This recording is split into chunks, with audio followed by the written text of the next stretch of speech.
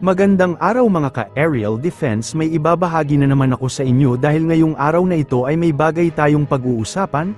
Puwersa militar ng Estados Unidos makikialam kapag may namatay na Filipino sa West Philippine Sea. Pero bago tayo magpatuloy, huwag mo muna kalimutan mag-like, share, and subscribe. Paki-follow at like muna ng aming page na nasa description na ang link.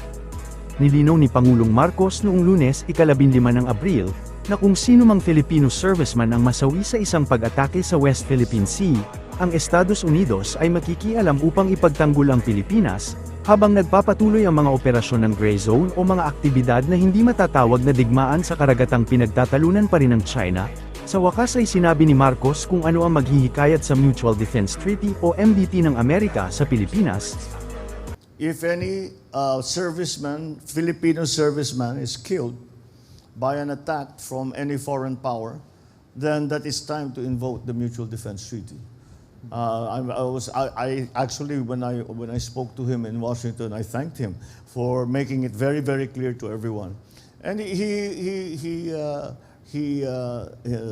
did precisely that. He was asked the same question that we are all asked: when do you invoke the Mutual Defense Treaty? When does it kick into action? And he said that if a Filipino serviceman is killed because of an attack or an aggressive action by another foreign power, caused casualties and has killed the serviceman, then that whatever their designation are, whether they're merchant marine or Coast Guard or actual gray vessels or Navy vessels, it does not matter.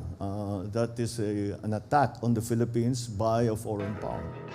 Kamakailan ay lumipad si Marcos sa US para sa isang trilateral summit kasama si US President Joe Biden at Japanese Prime Minister Fumio Kishida, upang pag-usapan ang tungkol sa mga development sa South China Sea. Nakipagpulong din siya kay Austin, na muling pinagtibay ang pangako ng depensa ng Estados Unidos sa Pilipinas. Sinabi rin ng Pangulo na ang kasunduan sa depensa ay ipapatupad kung ang pag-atake ay gagawin ng isang dayuhang militar o dayuhang militia. Ang mga pinuno ng depensa ng Pilipinas at US ay kinundena na ang gray zone tactics ng China sa West Philippine Sea, dahil sinabi nilang ang mga gawaing ito ay nakakasagabal sa kabuhayan ng mga mangingisdang Pilipino.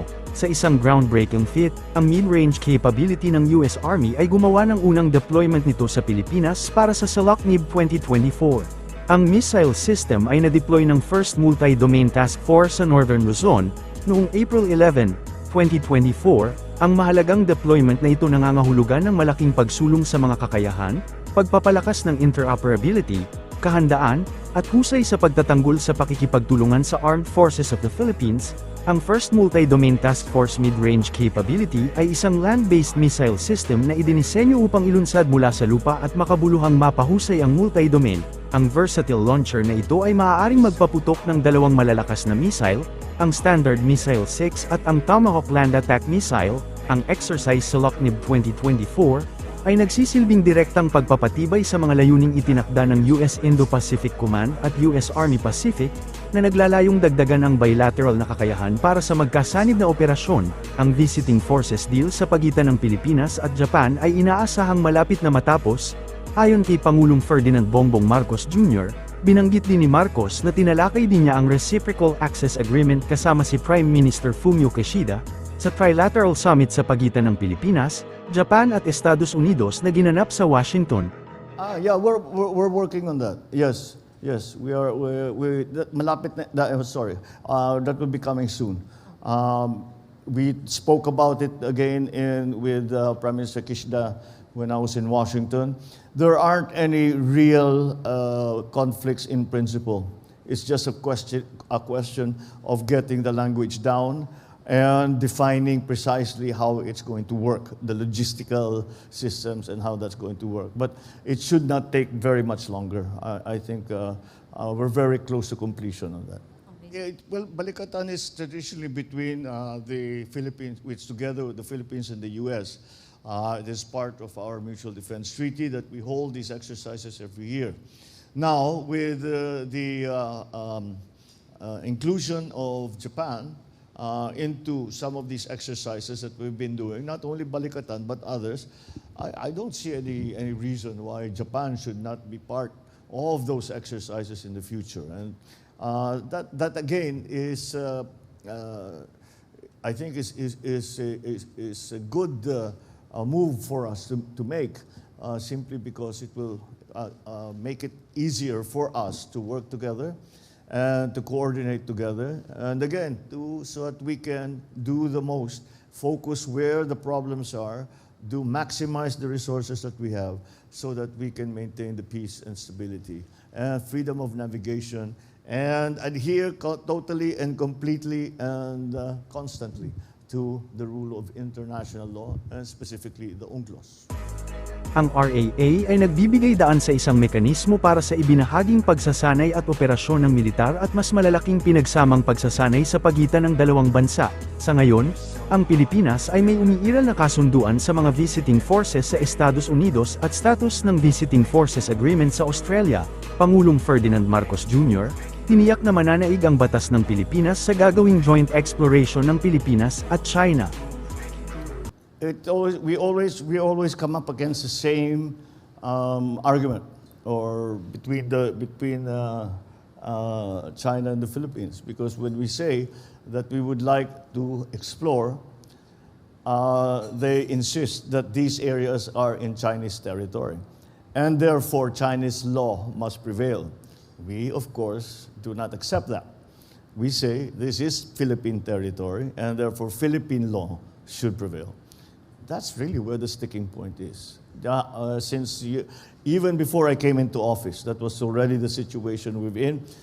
I hear a great many optimistic reports that they're saying that we have agreed, we've come to an agreement, but I haven't really seen something that we can use to work forward. In other words, I don't really think we have a proper agreement, and it really comes down to that issue: which law will apply? And the reason that there is an argument is that China claims that these territories belong to China. We dispute that, and that's where the problem is. Let me categorize those areas that are ripe, or that we are looking at for exploration. There are those who are in non-conflict areas. That's what we defined, that's what we term them as now, the conflict areas and non-conflict areas.